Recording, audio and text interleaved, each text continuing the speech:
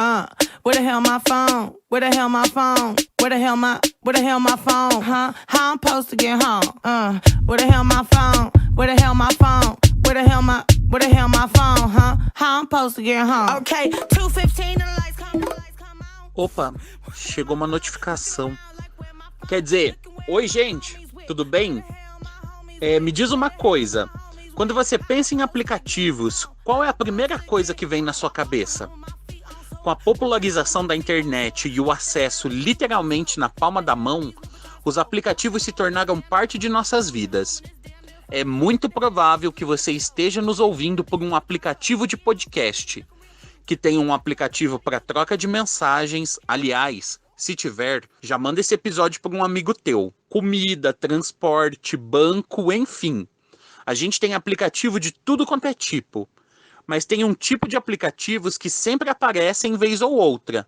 Os aplicativos de paquera. Os aplicativos de encontro ou paquera surgiram com um propósito bem simples: fazer com que as pessoas com interesses em comum se encontrassem. No caso de pessoas LGBTI+, isso também significou ter espaços mais seguros para fazer amizades, encontrar aquele ficante, namoro, enfim. Mas como o que acontece nos aplicativos espelha muito do que também acontece na vida real, os encontros e conversas que acontecem nas nossas vidas cotidianas também se repetem nas nossas interações pelos apps. Hoje, a gente vai conversar sobre o que acontece quando a gente está online e dá match com alguém. Que tipo de experiências a gente tem e o que ela nos faz pensar se vale a pena deslizar para lá ou para cá.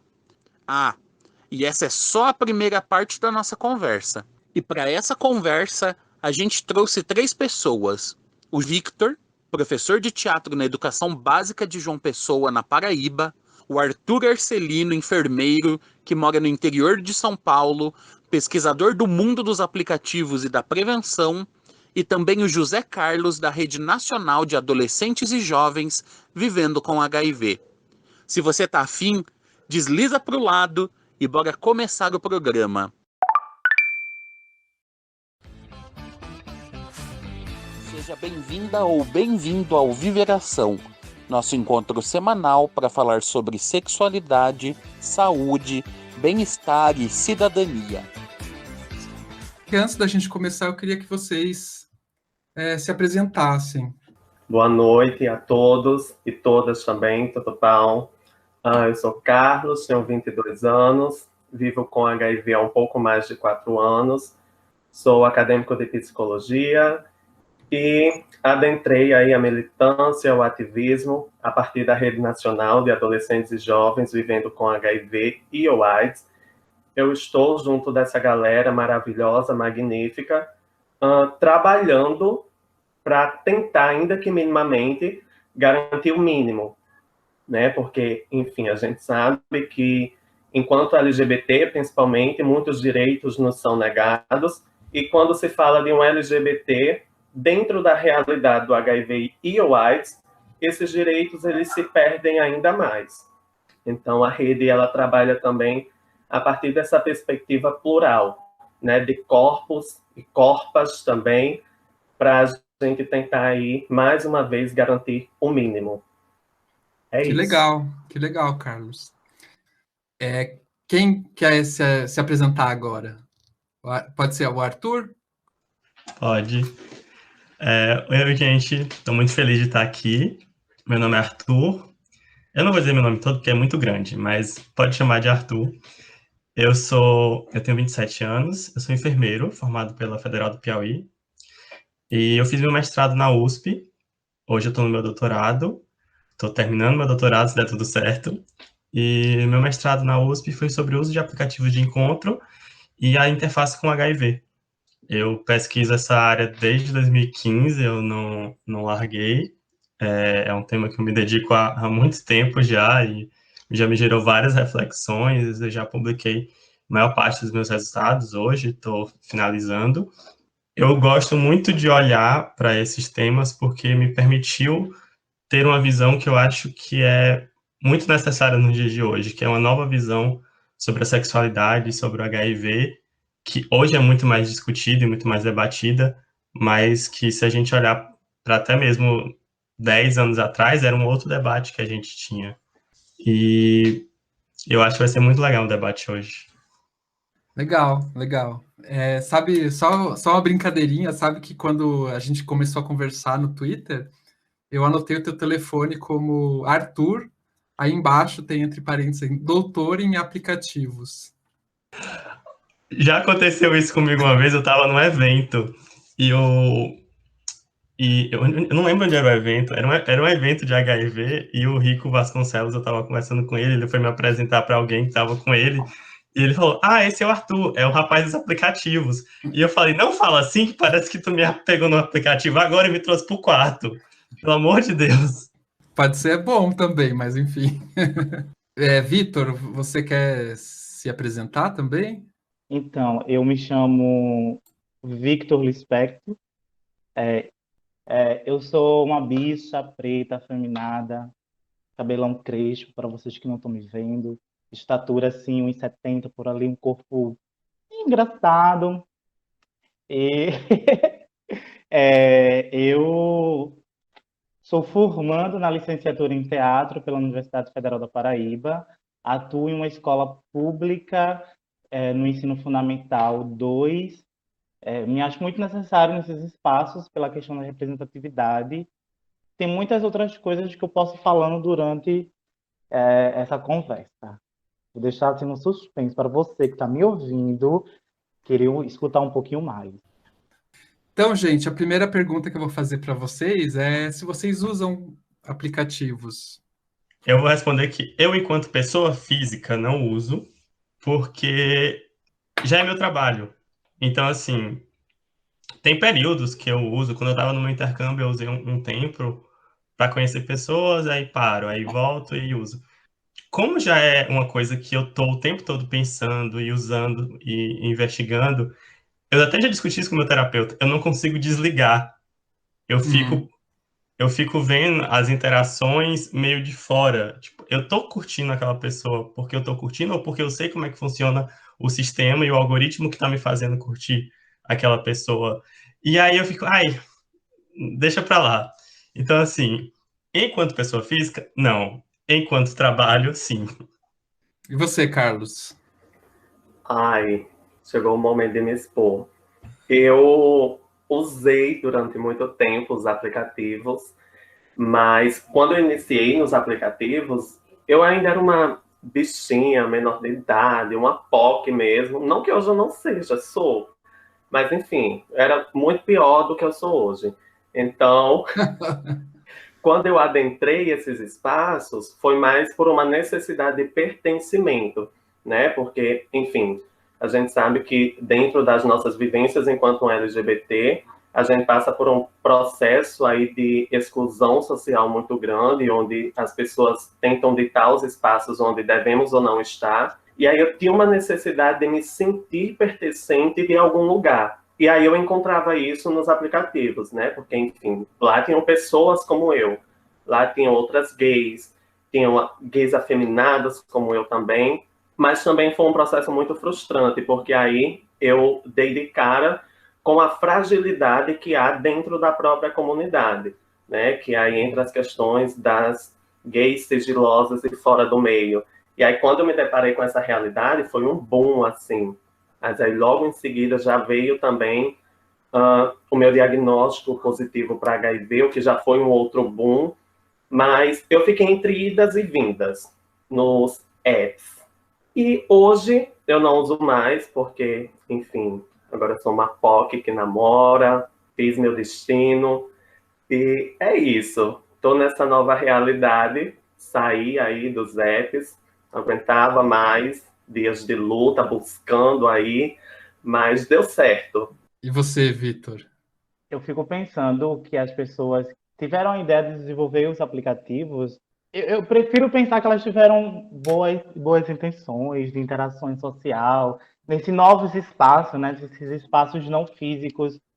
Só que daí eu utilizo bem menos hoje. Já gasto muito tempo com Grindr. Nunca gostei de Tinder. Eu acho que a ideia do Tinder é muito legal. Porém, para mim, nas minhas experiências, nas minhas verdades, o Tinder ele tem um ego muito forte de eu tenho um número X de match, mas eu não converso com ninguém.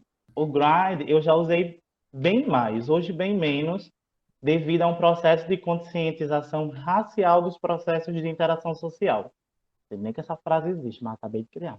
Enfim, esse processo de consciência sobre mim, sobre o meu corpo, minhas características, de onde eu venho de Alhandra, cidade da Jurema, esqueci de falar isso na apresentação. Tá vendo? É por isso que você que está me escutando tem que ficar mais um pouco para ir descobrindo, entendeu? É sobre isso. Então, eu venho da cidade da Sim. Jurema, e daí, só que eu não utilizava, quer dizer, eu utilizava em Alhandra, porém, eu nunca fiquei com ninguém da minha cidade, né? E daí eu fiquei pensando nisso, por que eu nunca fiquei com ninguém na minha cidade?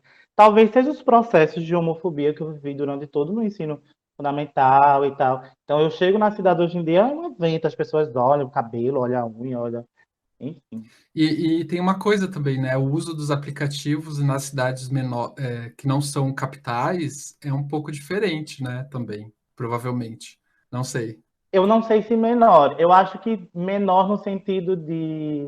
Assim, né, eu vou fazer uma suposição aqui a partir da minha experiência e de colegas.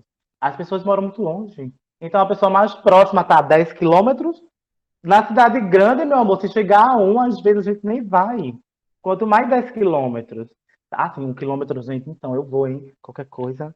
Mas depende desse 1 quilômetro, depende da pessoa. Depende... Hoje em dia eu tô assim, quase não entro. Primeiro que eu tenho muita coisa para fazer. Mas antes eu também tinha muita coisa para fazer, só que eu tava ralado de madrugada. Tá, tá, tá, tá, tá, tá, tá. Deu na conversa, a conversa ia, né? Não só a conversa, se é que vocês me entendem. Lá em São Paulo também, lá em São Paulo, enfim, só um comentário rapidinho, assim, lá em São Paulo parece que você entra no aplicativo, parece que tem alguém dentro do apartamento que você tá, de tão próximo que tá a pessoa. Eu posso fazer só um comentário sobre isso que o Pode, Vitor claro. falou? São dois comentários, na real. O primeiro é sobre a criação dos aplicativos. Esses aplicativos de encontro que a gente tem, eu vou colocar eles agora tudo numa seara só, no mesmo balaio, porque cabe aqui a comparação. Eles foram criados por executivos do Vale do Silício numa tentativa de atingir uma população demográfica que não tinha acesso a sites de encontro. Tinha o OkCupid, o Dating, que eram sites que você montava seu perfil e mandava para fazer esses matches. Só que não estava chegando em pessoas abaixo de 25, 26 anos. Então, esses aplicativos surgiram para acessar esse público. Foi uma estratégia comercial, acima de tudo. Claro que aí as derivações, como o Scruff, Daddy Hunter, o Blued, são de outros motivos, mas eles surgiram nessa lógica de pensamento. Tá, o segundo comentário é em relação às cidades pequenas e cidades e capitais. A minha leitura, e aqui eu vou falar mais baseado nas minhas leituras e pesquisas do que qualquer coisa, é que a gente tem essas dinâmicas diferentes porque a gente está falando da vivência de LGBTs entre aplicativos, certo? Essas redes sociais são muito menores do que as redes sociais da população geral, quando você não separa por orientação sexual ou identidade de gênero. Quando você tem redes sociais menores, as chances de se encontrar e se bater são reduzidas, acaba que você bate sempre nas mesmas pessoas. Com a homofobia, que também é maior em cidades menores, isso reduz ainda mais as chances de ter contatos para qualquer coisa. A questão da mobilidade urbana, eu acho que não dá para a gente considerar tanto que é por ser uma cidade pequena, porque, por exemplo, se a gente considerar o Rio de Janeiro, que tem uma disparidade social absurda, é um peso muito grande você tá longe ou você tá perto, porque no Rio de Janeiro, para se você se locomover, é muita função. É caro, é difícil, você tem uma dificuldade de acesso dependendo da cidade que você está. E é uma capital. Então, eu penso que é muito por essa distribuição das redes sociais, sabe? Eu moro atualmente no interior de São Paulo, só que é uma cidade muito populosa, com uma população jovem muito grande. Então, você tem essas redes sociais o tempo todo se renovando, ao contrário de cidades mais estruturadas, assim. É só para dar um contraponto científico do relato. Fazendo um adendo aqui sobre locomoção urbana, lá na minha cidade, o último ônibus é às 18 horas. Então, sabe? É sobre isso, assim. O último ônibus, 18 horas. Nossa, gente, sem condições. fazendo a pauta desse episódio, lembrei que quando eu me assumi, né, eu comecei a sair, eu ia em baladas, tal, para encontrar outros caras. E depois o outro espaço que tinha, além das baladas, eram as saunas, que eu não era muito, eu não frequentava porque eu, enfim, tinha um pouco de medo e tal. E aí tinha o bate-papo UOL, como um lugar que eu podia falar as coisas e encontrar caras que gostavam do mesmo que eu. E era um lugar, assim, de um espaço de segurança, digamos, assim, um pouco mais seguro do que eu conversar com um cara no ônibus, por exemplo. Eu queria saber se vocês acham que os aplicativos são esse espaço seguro ainda, né? Eu concordo com a tese de que eles se tornam espaços seguros a partir do que a gente olha. Por exemplo, historicamente, pessoas LGBTs sempre foram muito próximas da internet por ser esse lugar que promove uma identidade anônima que a gente não consegue na vida offline e que a gente precisa para se manter seguro. Então, o bate-papo UOL, até mesmo um pouco antes, e até os dias de hoje, sempre foi muito ligado com a população LGBT, e eu creio que ainda vai ser por muitos anos muito forte para a gente, por a gente construir essas comunidades online e buscar apoio, buscar identidade que a gente não vê representado em outros meios. Então, nesse ponto, eu considero, sim, um espaço seguro. É um espaço que a gente consegue exercer nossa identidade, a nossa sexualidade, de uma forma controlada. Eu controlo o que é que eu vou mostrar e para quem que eu vou mostrar. Claro que a gente entra, principalmente nos dias de hoje, em algumas questões de até que ponto a gente realmente consegue controlar nossa imagem na internet, mas ainda assim, eu tenho um certo controle do que eu coloco no meu perfil, por exemplo, se eu coloco o rosto ou não, se eu coloco o corpo ou não, meu nome verdadeiro ou não. Então existe esse controle que é uma forma da gente se sentir seguro. Agora sim, eu também tenho plena consciência de que não é um ambiente 100% idôneo e seguro de outras violências, até mesmo violências de dentro da própria comunidade ou de pessoas de fora da comunidade que possam entrar para machucar a gente. E esse machucar, infelizmente, vai desde de uma questão psicológica e emocional até mesmo com a violência física. Esse lance dos aplicativos é um lance muito complicado, principalmente quando a gente fala de ambiente seguro, né? Porque enquanto LGBT, a gente sabe que na maioria das vezes a nossa própria casa não é um ambiente seguro. E aí, a partir do momento, isso já me deixa muito vulnerável. Então, a partir do momento que eu adentro esses espaços virtuais, onde eu posso ou não assumir minha identidade, quem de fato eu sou, ou eu posso esconder tudo isso, eu posso ser uma nova pessoa, isso ainda me deixa muito mais vulnerável, né? Porque, enfim, eu tô ali na internet e cada um pode ser quem quiser ser, né? As pessoas costumam dizer até que a internet, por exemplo, forma pessoas idiotas. E muito pelo contrário, a internet não forma pessoas idiotas, né? A internet dá espaço para que pessoas idiotas possam expor as suas idiotices. E isso ocorre também dentro dos aplicativos, porque, como eu já havia falado anteriormente, existe uma fragilidade muito grande dentro da própria comunidade, exclusivamente por um processo de homofobia internalizada, né? Porque a gente sabe, querendo ou não, em todos os lugares, independente aqui de localização geográfica, de estado, a gente sabe que existe uma rivalidade muito grande dentro da comunidade LGBT, né? Existe uma necessidade de, como é que eu posso dizer, uma necessidade de título mesmo, né? Daquela gay que é representada por uma minoria, né?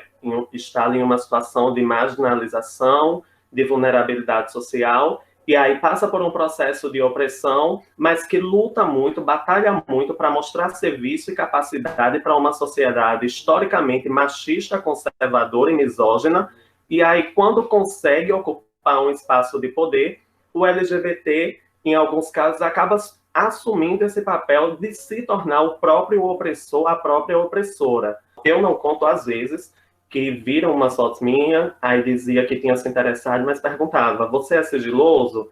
E aí eu mandava uma foto, na mesma hora eu vestia um vestido da minha mãe, eu pegava uma saia, botava um sutiã, tirava uma foto e dizia, eu sou super sigiloso. E isso gerava, assim, um bloco instantâneo. Era eu mandar a foto, o deboche, o bloco vinha. Então, isso fala muito também sobre essa nossa fragilidade, né? Inclusive, a questão da própria sorofobia dentro dos aplicativos é muito forte. Então, muitas pessoas vinham falar comigo, por exemplo, para me prestar condolências, para dizer que sentia muito, quando na verdade eu não precisava que ninguém sentisse muito. Eu estava ali somente para conhecer alguém, sair talvez, transar talvez também, ou não, sair só para conversar, comer alguma coisa, mas isso também era uma forma minha de estar vulnerável. E ocorreu também de pessoas dizerem que eu não deveria estar nesse espaço por ser uma pessoa que tinha AIDS, e que eu estava ali para contaminar outras pessoas. Né? E aí isso gera um outro problema, porque, enfim, quando você se dispõe a falar abertamente sobre isso, as pessoas acham que você tem que estar o tempo todo assumindo o papel daquela pessoa que ensina, né? Daquele educador ou educadora. E aí, a todo momento, eu tinha que estar relembrando as pessoas, por exemplo, qual é a diferença entre HIV e AIDS. Porque muita gente ainda acha que HIV e AIDS é a mesma coisa, mas na verdade não é. Então, assim, os aplicativos é um ponto inicial, é um ponto de partida para as nossas vivências enquanto LGBT, mas a gente precisa tomar muito cuidado porque nós já vivemos um processo de vulnerabilidade muito forte, inclusive vulnerabilidade para dependência afetiva. A gente cresce nessa dependência afetiva e aí uma situação que a gente não espera que ocorra num aplicativo desse pode ser um gatilho para um desfecho horrível, né? A gente sabe que, enfim, a todo momento nós estamos estatística, principalmente quando a gente fala de uma gay afeminada, e aí mais uma vez eu ressalvo que, embora sejamos alguns gays afeminados, dependendo da nossa cor da pele também, infelizmente, isso nos coloca em um papel ainda mais vulnerável, né? A gente sabe que, enfim, os acessos aos espaços, eles ainda têm essa deliberação a partir da cor da pele também, o que é muito triste para a história do nosso país, né? Mas, enfim, esse é um fato histórico. Então, eu acho que os aplicativos, eles são lugares importantes, sim, principalmente para esse processo de socialização, para que a gente consiga pertencer a algum lugar. Ai, gente, eu achei que eu ia ser o alívio cômico do rolê, assim, eu ia, fazer um negócio aqui, uma fala e tal. Aí, de repente, representatividade, segurança, encontro, afeto, e a questão de ensinar, e gatilhos aqui, meu coração chega a tá tudo. Um cabaré, né? Uma escola de samba. Eu vou dar uma resposta meio embolada, assim, porque, né, é a força da emoção. Augusto, por favor, faz a pergunta de novo, porque eu já tô longe, eu já tô em outro lugar aqui. Eu perguntei se vocês acham que se os aplicativos são esse lugar de segurança ainda, que é, né? Obrigado. Eu sou contemplado com muita coisa que os meninos falaram, Carlos e Arthur. Enfim, para não tentar ser repetitivo. E daí, pela minha experiência, assim, eu percebo muita coisa, a questão da muitas variáveis. Essas variáveis, por exemplo, se dão pelo fato de eu, um homem, 24 anos, para vocês que ficaram até agora, gay, né, assumido e tal. Eu nunca gostei da palavra assumir, se assumir, mas isso aí é para um outro episódio, gente, não perca. Representatividade. A maioria das pessoas que estão no aplicativo se colocam um corpo super malhado, um corpo padrão e um corpo branco. Eu acho que é seguro até certo ponto, como os meninos falaram. Porém, não é muito seguro, porque assim, a pessoa pode ter uma fidelidade incrível de fotos super verídicas, de conversas de horas e de dias. Gente, só assim, lá lembrando que Grindr não tem dias não, viu? É mais momento. Só que a pessoa pode ser fake, né? Eu já tive, por exemplo, nudes meus sendo circulado no Grindr. Um amigo falou assim, amigo, isso aqui é tua foto, né? Eu disse, tem um menino usando no Grindr. Aí eu, ai, é isso. Essa é a questão da segurança, né? Então, eu tenho adotado alguns mecanismos como chamada de vídeo, né? Então, se eu quero realmente encontrar alguém de alguma plataforma virtual, eu faço uma chamada de vídeo. Então, tipo assim, um fake ele não faz chamada de vídeo, gente. No máximo, ele faz uma ligação, mas ele não faz chamada de vídeo com o rosto aparecendo assim, em boa luz e tal. Ele não faz isso. Afeto. Aí Carlos falou assim: nossa, então, quando a gente quer encontrar uma pessoa para sair, comer uma coisa e tal, essa opção não existe para mim. Essa opção, ela nunca existiu e eu só consigo perceber isso depois que um menino me chama para sair sem intenções sexuais. E eu fiquei assim, sabe aquela sensação de filme de adolescente bem bobinho, que tem a adolescente que fica nervosa, que não sabe o que vai falar, que fica um pouco trêmula, que tem um pouco de vergonha, sabe? Foi a minha sensação com 23 anos, 24 anos. E são negações, a negação do espaço mesmo, a negação do afeto para esse corpo preto dessa bicha feminada, que usa um batonzão mesmo, que usa uma unha, né? Às vezes ela não quer performar a feminilidade, às vezes ela quer performar a masculinidade. Mas mesmo dentro da performance da masculinidade, a feminilidade ainda existe, né? Não tem para onde correr, não tem para onde correr. Eu tiro o batom, eu tiro a unha, não, minha unha é original. Eu tiro o esmalte, mas enfim, a feminilidade está lá. E sobre esse lugar de ensinar, o fato de eu ser muito aberta, assim, cansa, né, gente? Fazer essa linha de mediação, às vezes, fazer essa linha, ó. Então, essa fala que você está falando, isso aí que você está falando, esse comportamento é racista, sabe? Isso aí tem um quê de afeminofobia, de capacitismo, enfim, entre outras coisas mais. Não, eu só ia, de fato, comentar e reforçar, né, a fala aí do Victor, da questão de ser uma pessoa preta dentro desses espaços, né? Eu tenho amigos pretos que adentraram esses espaços e, de fato, eles não tiveram a oportunidade de ter esse diálogo pelo diálogo ou desse encontro para além do sexo, né? De ser uma coisa ali só um momento a dois mesmo. Porque, de fato, existe uma erotização muito forte do corpo negro, né? Existe aí uma sexualização em cima do corpo negro. E isso reflete muito também o nosso modelo de sociedade, né? Que a nossa sociedade machista, ela é pensada para ser mantida assim. E isso reflete também dentro da nossa comunidade. E aí eu reforço mais uma vez a importância de que nós possamos reconhecer nossos lugares de privilégio dentro da sociedade, ainda que enquanto pessoas pertencentes a grupos que estão em uma situação de maior vulnerabilidade social. Mas, de fato, eu super entendo o que o Victor traz e fico muito triste porque eu vejo pessoas próximas passando por isso também. E é, de fato, lamentável.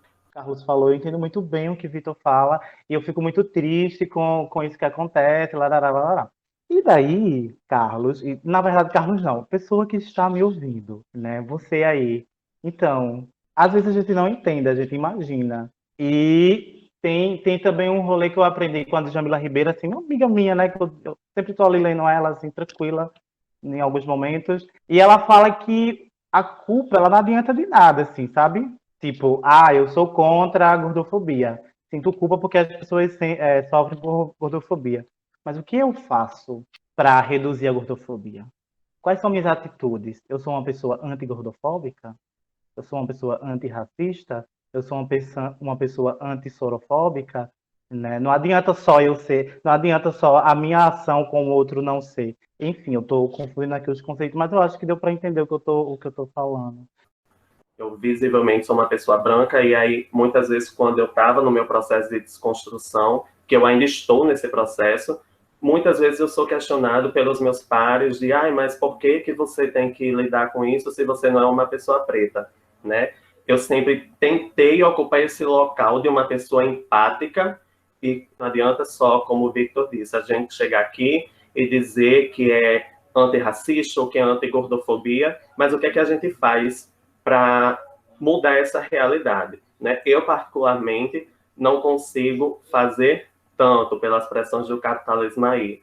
Nasci bicha, ainda nasci pobre, então 24 horas aí, trabalhando, quando chega a trabalho de faculdade, mas eu tento fazer o mínimo conscientizando meus pares, né? E aí eu parto de uma ideia de um diálogo que ocorre de branco para branco, que a gente tem uma ideia de que quem tem que estar explicando o racismo é a pessoa preta. pessoa preta não tem que explicar racismo para pessoa branca, porque foi pessoa branca que criou o racismo, que inventou esse processo histórico de opressão. As falas, tanto as falas do Carlos como a do Vitor, eu acho que pontuaram N aspectos que a gente não poderia passar dessa discussão sem. Eu só queria fazer um convite para um contexto dentro dos aplicativos, porque a minha visão e, gente, boa parte da minha visão é a visão baseada nos meus estudos muito mais do que na minha vivência. É de que as dinâmicas que se desenrolam dentro dos aplicativos são diferentes das dinâmicas que se desenrolam fora. Não totalmente diferentes, mas são diferentes. Porque você tem ali uma conversa que é estabelecida dentro de um canal muito específico, com um objetivo muitas vezes já pré-determinado. Então, eu estou ali no aplicativo, pretinho, laranjinha, eu sei o que eu estou buscando ali. Então, a conversa já começa permeada por esse intuito, antes do primeiro oi. Antes do primeiro, você curte o quê? E aí eu vou para o meu segundo ponto. A minha leitura é de que os aplicativos, eles são como se fossem vários espelhos que deixam maior as coisas que acontecem lá dentro. E isso vale principalmente para as coisas ruins. Eles não criam nada, mas eles aumentam. Sabe aqueles espelhos que distorcem a imagem e aumentam? Então eu acho que ele traz para a gente um racismo muito mais na cara, ele traz para a gente uma gordofobia muito mais despreocupada de ser sutil e de pedir desculpas. Eu não considero que os aplicativos criem essas situações. Eles só reproduzem elas e aumentam elas em alguns casos. E por que eu falo isso? Para a gente não entrar num debate tecnofóbico, de que o problema é o aplicativo, o problema é o celular. Ah, o videogame vai estragar a televisão. Não é isso, sabe? Eu tenho muito medo, e é uma coisa que eu tenho muito cuidado nas minhas pesquisas, de não levar o debate para esse lado. Porque eu acho que isso é uma forma muito simplória do debate. Tipo, não, é porque os aplicativos não prestam, vamos acabar com os aplicativos. Isso não vai resolver problema nenhum. Eu acho importante a gente levar isso em consideração, sabe? De que eles são, sim, ferramentas que podem potencializar aspectos negativos e deixar mais fácil a gente sofrer algumas violências, mas os problemas não são essas ferramentas, elas são puramente ferramentas. E tem uma coisa muito interessante na questão da erotização que o Vitor e o Carlos comentaram. Tem dinâmicas que eu acho muito interessante, especialmente na parte G da comunidade LGBT, que são muito únicas da gente. Que a gente se coloca nesse ambiente que tem um bocado de perfil, um bocado de rosto, um bocado de abdômen, um bocado de peito sarado. Só que a gente está ali, ao mesmo tempo, querendo consumir alguém que está ali, a gente está buscando o nosso próximo encontro, como a gente também quer ser consumido. E essa dinâmica é extremamente dual e complexa, porque eu estou ao mesmo tempo competindo, como eu também estou atrás, querendo consumir. Então, esse equilíbrio é muito delicado e a gente maneja ele o tempo todo que entra nos aplicativos sem perceber. Como eu tenho uma experiência, como eu sou um pouco mais velho que vocês, eu tenho uma experiência anterior aos aplicativos, né? Então, eu me lembro, assim, que, por exemplo, antes dos aplicativos, eu encontrava o cara, conhecia, eu demorava para, por exemplo, a gente ir para a cama. Então, tinha uma série de questões ali que iam ser tratadas depois. Então, por exemplo, negociação sobre prevenção ao HIV, ISTs, ou até mesmo ativo, passivo, tal. Isso eram coisas que eu ia descobrir depois, na cama. E os aplicativos, eu tenho impressão, não sei, que tanto a questão das ISTs, a negociação, né, já acontece antes, aparentemente. E tem essas questões aí que você se coloca mais um pouco num espaço que antes era muito mais, digamos, menos direto, e quando não tinha aplicativo. E ali o aplicativo fica quase assim permite até que você escolha que espaço você quer. Se você quer estar na sauna, no aplicativo sauna, ou no aplicativo barzinho, enfim, não sei se dá para entender o que eu quero dizer.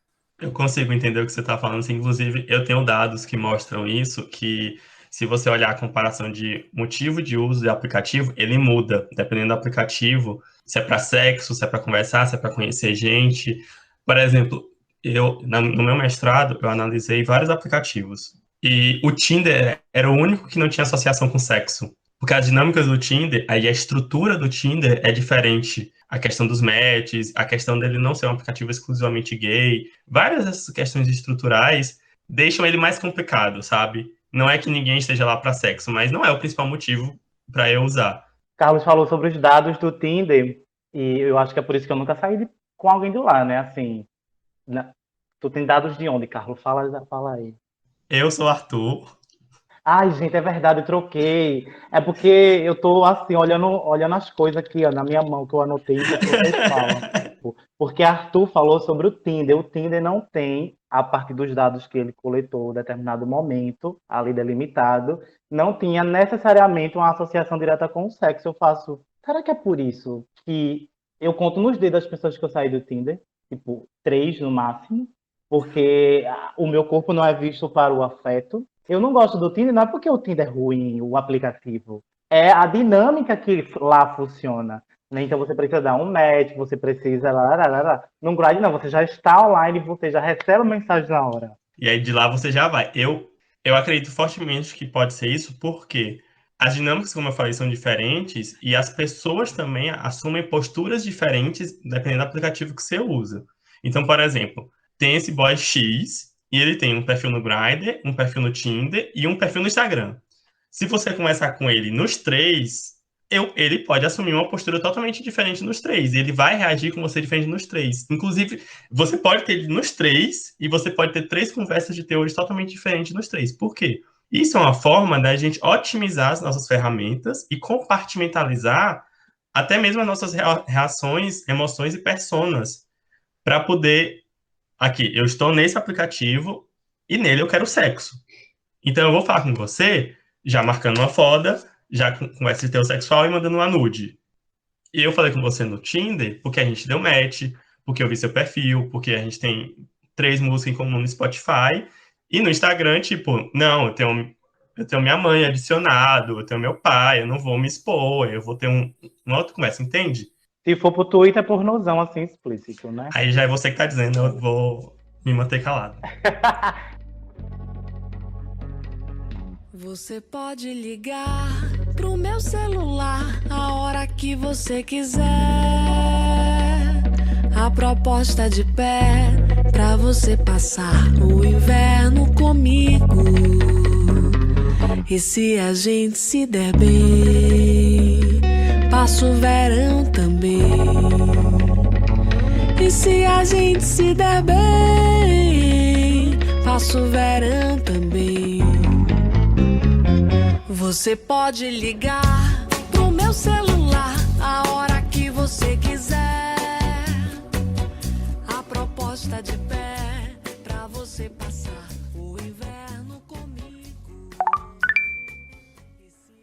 Em relação à combinação da prevenção ao HIV e outras ISTs dentro dos aplicativos, eu acho que ainda há muito a avançar nesse sentido. Por exemplo, eu me deparo muitas vezes com situações de que a pessoa está ali super interessada, mas por uma necessidade do momento atual em que a nossa sociedade vive, que é uma necessidade imediatista, de estarmos sempre buscando mais prático, aquilo que é mais acessível, e aí eu lembro até de um dos prints, né, que nos foi enviado, falando lá da questão de que o gay é mais prático. Isso reflete o nosso modelo de sociedade capitalista. Ou carente, né? Ou carente, aí as dependências afetivas reinando. Mas isso, por exemplo, me coloca em situações onde as pessoas falam comigo, gostam de mim porque veem minha foto e tudo, e aí a pessoa chegava, conversava, e depois de muito tempo, a pessoa parava para ler o meu perfil. E aí, quando lia meu perfil, dizia, você tem HIV, né? Isso, pessoas já assim que eu considerava no auge da informação, porque geralmente chega e fala, eu li lá que você tem AIDS, né? Que legal que você fala abertamente sobre isso. Poxa, admiro muito sua coragem, quero muito ser seu amigo. E aí a gente tem que ser um tanto quanto indelicado, né? E eu já mandava real, eu dizia, amigo, muito obrigado, fico muito satisfeito que você tenha visto em mim a possibilidade de ser alguém próximo a ponto de você chamar de amigo. Mas, na verdade, nesse momento eu só queria dar. Eu não queria amigo, porque amigo eu já tenho um bocado. E isso instantaneamente, assim, de forma automática, era um bloco, tá? Porque as pessoas, algumas pessoas, e aqui eu não estou generalizando, mas algumas pessoas que estão dentro dos aplicativos, por exemplo, que se deparam com essa situação, acham que a melhor forma de se prevenir é não se relacionando com uma pessoa que vive com HIV. E aí a gente sabe que, a partir da ideia do I igual I, o indetectável igual intransmissível, uma das formas mais eficazes de você se prevenir contra a infecção pelo vírus HIV, especificamente, eu estou falando do HIV, uma das melhores formas de você se prevenir é justamente relacionando-se com uma pessoa que sabe que tem o vírus e que está em tratamento, né? E que já está aí dentro do I igual I, do indetectável igual intransmissível. Porque os estudos já apontam, e aí dá essa seguridade de que essa pessoa, estando indetectável por no mínimo 6 meses, não ocorre mais a transmissão do vírus através das relações sexuais. A gente precisa tomar muito cuidado ainda, sabe? E, mais uma vez eu reforço, sempre tem que vir aquela ideia de você assumir esse papel exaustivo de uma pessoa que está ali para educar. Quando você não quer educar, você só está ali para ser alguém que, sei lá, quer curtir um momento de lazer, quer ser alguma outra coisa que não seja essa militante, essa ativista que não dorme, né? E aí muita gente levanta o hashtag descansa militante, mas as pessoas não dão oportunidade para a gente descansar. A todo momento vem aí alguma coisa para fazer a gente assumir esse papel de educador, de educadora. Eu compartilho muito dessa sensação de simplesmente querer viver aquele momento do com os amigos, sabe? Tipo assim, eu tava, exemplo concreto, para não viajar, aniversário, tava na pizzaria, e daí rolou, mas como assim, é branca? Aí, Vitor, eu disse, gente, ó, não tô aqui, só quero comer, espero que o rodízio passe logo, sabe? Meu sabor ainda não chegou, então assim, eu acho que ninguém é militante porque quer ser militante, né? Comentário rápido. Gostei e fui embora. Eu me sinto bastante assim, como você falou, Vitor. Assim, eu não sou militante porque eu quero. Eu sou militante porque, enfim, a realidade exige. Eu tenho uma pergunta para Carlos. Então, é porque a pergunta não é minha, na verdade. Eu recebi essa pergunta numa conversa com um É amigo. dos leitores. Veio dos comentários, daquela caixinha de perguntas. Não, mas tipo, não foi agora. Eu tô lembrando uma conversa que já aconteceu. Um amigo me perguntou, Vitor, eu saí com um menino que era HIV positivo, nós fizemos sexo sem camisinha, só que ele não me falou antes. Eu disse, tá, e o que é que tem? Não, na verdade eu perguntei isso, mas aí eu perguntei, ele era intransmissível? Aí ele falou, era, mas ele não me falou antes. Eu disse, tá, e o que é que tem? Quando você sai com outra pessoa, você pergunta isso? Você não pergunta, né? E mesmo, tipo, você só não pergunta. A pergunta dele para mim, eu transfiro para Carlos. O que é que você acha, Carlos? A gente comenta antes, não comenta. Eu acho que, né, tipo, quando eu vou ficar com uma pessoa, eu não pergunto se a pessoa é HIV positivo, nem ela me pergunta. Porque eu pelo menos, sempre tenho relações sexuais com a camisinha. Não tenho problema com a camisinha, por exemplo. Então não tem para que perguntar, já que eu já vou estar me protegendo. Essa ainda é uma dúvida muito grande dos universitários, né? Vamos dizer assim. E, de fato, as pessoas ainda me questionam muito sobre, Carlos, eu devo falar que eu vivo com HIV? Ou eu devo perguntar se essa pessoa vive com HIV, se eu suspeito que essa pessoa vive? E aí já me vem N questionamentos, né? O que é que faz você suspeitar que uma pessoa vive ou não com HIV? Levando para um ponto mais burocrático, assim, a lei garante hoje o direito ao sigilo e à confidencialidade do nosso diagnóstico. Então, nós, enquanto pessoas vivendo com HIV, por mais que sejamos questionados ou questionadas, nós não temos obrigação de expor a nossa sorologia. Mas aí, quando a gente vai se relacionar com uma pessoa, a gente pergunta, por exemplo, se essa pessoa ela tem diabetes, a gente pergunta se essa pessoa é hipertensa, né? São coisas simples. Inclusive foi o exemplo que eu dei a ele. Eu disse, quando eu vou ficar com ninguém, eu não digo que eu sou intolerante à lactose, porque não vai fazer a menor diferença. Exatamente. Então, são coisas simples. O que é que vai mudar o fato dessa pessoa viver com HIV na sua vida? Obviamente, vai proporcionar a você uma experiência libertadora, um sexo maravilhoso, tenho certeza disso, porque isso vai mostrar a sua capacidade de dialogar sobre esse assunto.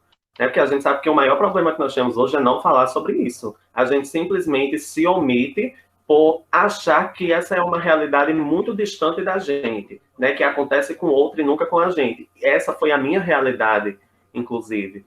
E aí, no auge dos meus 17 anos, eu me deparo com o diagnóstico. Isso foi um boom, assim, na minha vida, né? Eu saí de uma bolha, eu estava ali no casulo, e esse casulo, ele arrebentou. Então, nós precisamos normalizar os acordos das nossas relações, sejam elas somente relações afetivas, sejam elas relações sexuais. Porque, veja bem, quando eu falo de sexo, por exemplo, geralmente a gente associa sexo a um sentimento de culpa. Sexo é sobre outras N possibilidades. Sexo é sobre prazer, sexo é sobre orgasmo, sexo é sobre afeto, sexo é sobre ali um momento a dois, ou um momento com você mesmo, com você e outra pessoa, envolvendo duas pessoas, geralmente envolve 3, 4 e 5 também.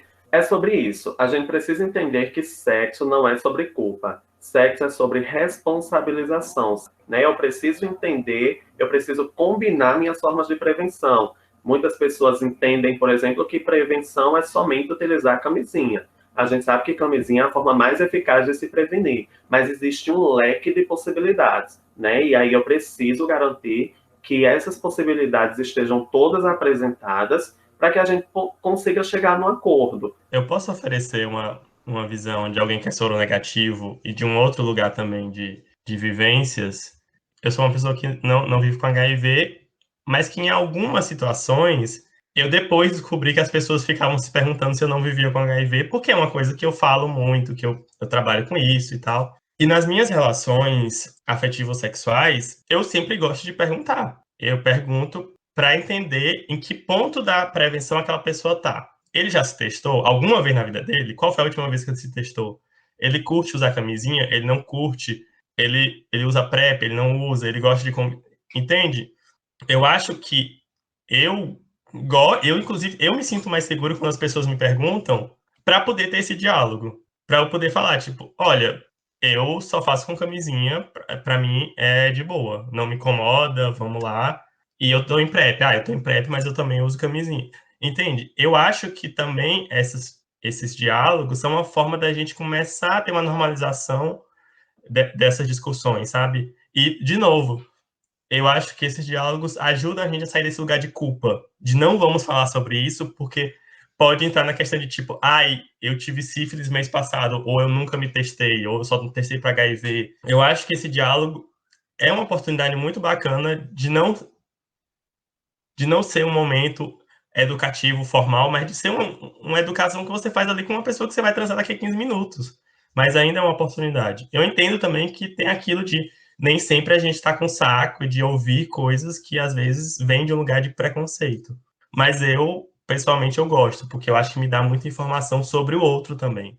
Eu, como sou uma bicha truqueira e esperta, eu já... Às vezes essas perguntas, elas são embutidas. Tipo assim, eu sei que... Aí é uma visão de uma pessoa que também não vive com HIV, né? Eu não me incomodo com a camisinha e sei que vou tratar com camisinha porque, enfim, é um método de segurança, não só para o HIV, mas para várias outras coisas que também que as pessoas muitas vezes não falam, né? Uma gonorreia, uma hepatite, sei lá, várias coisas. Eu pergunto, ô menino, tu transa sem camisinha, tu faz sem, ou sei lá, eu jogo assim alguma coisa como se eu tivesse interessado. Aí, se a pessoa disser assim, olha, geralmente não, mas como eu gostei de tu, a gente faz. Aí eu já, vai, entendeu? Eu já digo assim, eita, peraí, aqui tem um sinal amarelo ali, uma coisa. Porque eu acho que dá para evitar esse outro constrangimento. Será que foi por conta da minha foto? Será que foi por conta da minha cor? Será que foi por alguma característica minha, né? Pelo menos eu estou imaginando, quando eu faço esse tipo de estratégia, evitar esses lugares. O que é que tu acha disso, Carlos? Não é que acha, como é que tu recebe essa informação que eu estou trazendo? Tá, eu acho que são estratégias, né? Porque também não adianta a gente chegar e dizer, você pode sondar seu parceiro de forma assim, assim, assado. Não existe uma receita de bolo, né? Para que a gente consiga fazer essa sondagem. A gente vai adequando ali de acordo com o que vai acontecendo no momento, seja pelas próprias mensagens nos aplicativos, seja no hashtag real, tem o local, e a gente vai adaptando o diálogo, né? E aí a gente joga uma vez para colher maduro. Às vezes a gente não consegue. Pelo sim, pelo não, a gente mete ali uma camisinha no meio para garantir, né? Mas não tem uma receita de bolo. A gente vai adaptando essa sondagem ali de acordo com o momento. A gente vai introduzindo o assunto assim aos pouquinhos, né? Essa cerveja tá ótima, mas e sua neca? Sai esse babado? Né? Enfim, a gente vai jogando e aí, né? Mas é como eu digo, a gente precisa entender também e nos cercarmos dessas possibilidades de prevenção. E aí, quando eu falo de possibilidades, eu falo da camisinha também, mas eu falo da PrEP, da profilaxia pré-exposição, eu falo da PEP, a profilaxia pós-exposição, eu falo também do hábito de se testar, porque testar-se é uma forma de se prevenir. Olha aí a mandala da prevenção combinada. Lembrando da lubrificação, tem várias coisas que as pessoas não consideram como a testagem, né? O pessoal esquece também. Testagem constante, e não só de HIV, as outras ISTs também é uma estratégia de prevenção. Uma lubrificação. Eu gosto de perguntar sobre a testagem, sabe? Porque eu acho que ela já... A pessoa não fez essa testagem numa bolha, ela fez num contexto, ela fez num serviço de saúde, ou ela fez um autoteste em casa. Eu acho que é um bom caminho. Qual foi a última vez que você se testou? Sabe? Quando não tem já no perfil, né? Eu geralmente coloco lá. Eu sou uma pessoa que sempre se testa. Como eu sei que é uma prevenção, então estou sempre me testando. Tipo, ano passado eu me testei 4 vezes, mesmo sem ter me exposto, ou percebido que me expus, né? Já que eu não faço sem o preservativo. E daí meu irmão achou, olha só, o meu irmão em algum momento, em alguma conversa, ele achou que eu era uma pessoa HIV positivo porque eu estava sempre me testando. Eu fiz, mas que história é essa? Chega cá. Aí, né, fui explicar a ele o que estava acontecendo. Olha, é importante, por isso e aquilo. Mas não existe. Enfim, essa conversa aí que vocês já sabem. Mas você que está me ouvindo, pode pesquisar mais em... Carlos, joga o site. O Agência AIDS é um site muito bom para a gente estar pesquisando sobre isso. Tem o Saúde Pulsando também. É um site maravilhoso. Tem o da UNAIDS também, né? Exatamente. O UNAIDS também produz relatórios aí magníficos. Inclusive, tem lá, né, o Stigma Index, que faz ali um levantamento acerca dos estigmas e preconceitos sofridos por pessoas vivendo com HIV e ou AIDS aqui no Brasil.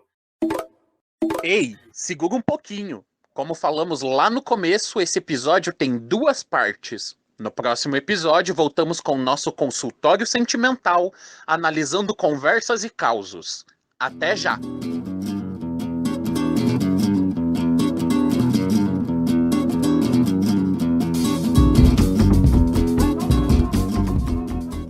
O Viveração é um podcast produzido pela Aliança Nacional LGBTI+. A coordenação geral e roteiro deste episódio são de Augusto Mena Barreto, com textos de apresentação de Tiago Oliveira, que também é responsável pela mixagem e edição de som. A locução inicial é de Matheus Freitas, a arte de Camila Córdova e a gestão de mídias sociais de Alisson Souza. Breno Gonçalves é responsável pela secretaria do projeto. Se você tem algum comentário, dúvida ou sugestão, pode entrar em contato com a gente pelo e-mail viveraçãopodcast@gmail.com ou pelo nosso canal no Telegram, @viveração. E não deixe de seguir a gente nas nossas redes sociais, @viveraçãopodcast no Instagram e @viveração no Twitter. Lembrando que viveração em todos estes casos é sem cedilha e sem tio. As fontes e recomendações feitas ao longo do episódio, assim como as músicas de trilha, estão na descrição do episódio. Sufoca, sofreguidão. Meu temporal me transforma em loba. Presa você vai gemer. Feito um cordeiro entregue pra morte, seu sussurrar a pedir.